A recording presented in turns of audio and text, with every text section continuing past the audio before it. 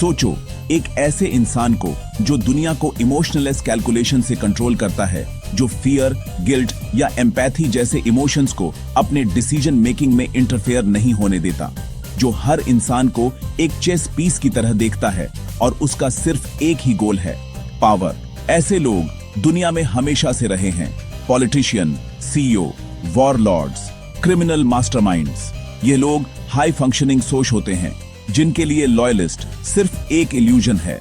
पर सवाल यह है, आखिर यह लोग इतनी इंटेंस पावर तक पहुंचते कैसे हैं? और क्या तुम भी इनकी तरह सोच सकते हो? आज हम डार्क साइकोलॉजी स्टोर्स,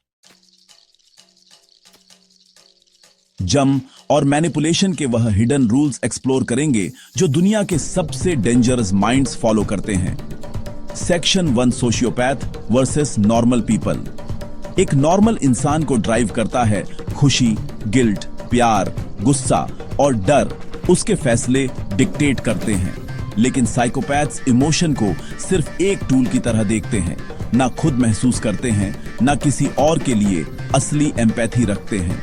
उनके लिए फियर और गिल्ट सिर्फ एक वेपन होता है जिसे वह मैनिपुलेट करके लोगों को कंट्रोल करते हैं। योहान लाइबर्ट इसका परफेक्ट एग्जाम्पल है।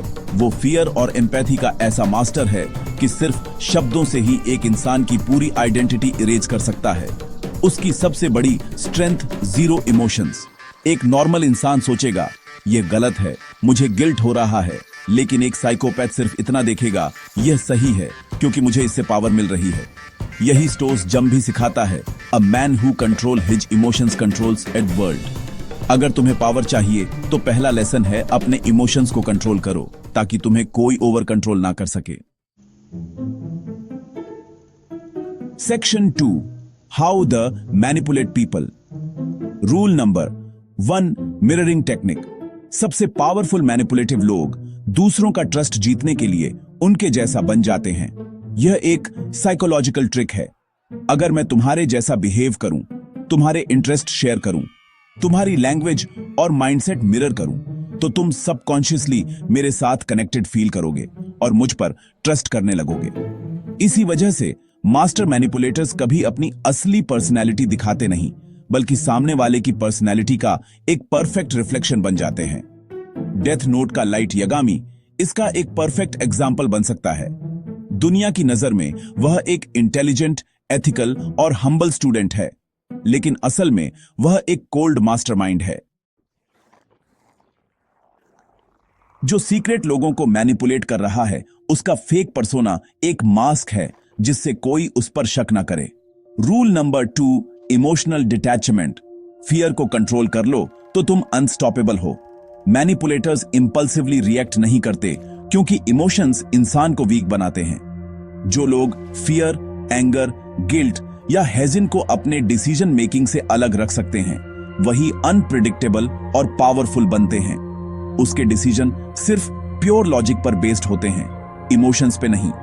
उसकी यह एबिलिटी उसे एक डेंजरस स्ट्रेटेजिस्ट बनाती है क्योंकि उसे कोई मैनिपुलेट नहीं कर सकता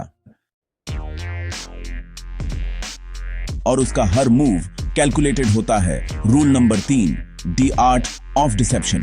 लोग अक्सर सिर्फ सच बोलने वाले इंसान को ट्रस्ट करते हैं, लेकिन रियल मैनिपुलेटर्स सच बोल के भी सच को कंट्रोल करते हैं। सच सिर्फ एक टूल है, उसे कैसे बोला जाए, किस एंगल से दिखाया जाए और कैसे ट्विस्ट किया जाए, यह सब एक मास्टर मैनिपुलेटर की स्किल सेट का हिस्सा होता है। कोड गीस का लीलू इस गेम का मास्टर है। वह सच बोलता है, पर इस तरीके से कि लोग एग्जैक्टली वही सोचे जो वह चाहता है। उसका हर एक केयरफुली प्लान मूव होता है जिससे वह लोगों को अपने फेवर में टर्न कर सके। अगर तुम्हें लोगों को मैनिपुलेट करना है तो सिर्फ झूठ बोलना काफी नहीं, तुम्हें सच को अपने फेवर में मोल्ड करना आना चाहिए।